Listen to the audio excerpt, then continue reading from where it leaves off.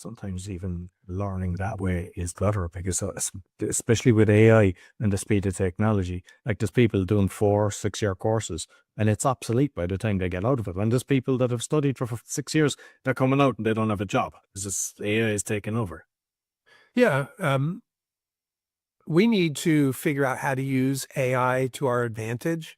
I know a lot of people might be sitting back and saying like, oh, this is terrible. We're all going to lose jobs. Some people will lose jobs, but there will be new jobs created where humans have to interact with the AI to produce the best results. I read a book years ago called Leadership Algorithm. And the one thing that stood out in that book was an example where doctors who would look at x-rays would make errors, I want to say like 7% of the time. AI by itself would only make errors about 5% of the time. Good improvement, especially if you're one of those people who would have had the error.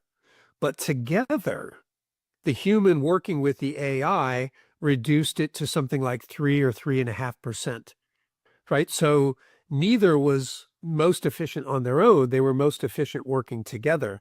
And I think there are going to be lots of things where you need that human being to still work with AI to maybe spot what they know is a flaw or to ask more creative questions to get to better answers and things like that.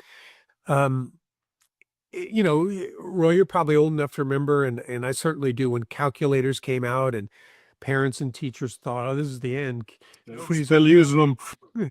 No one's going to know how to add and subtract and do all of these things.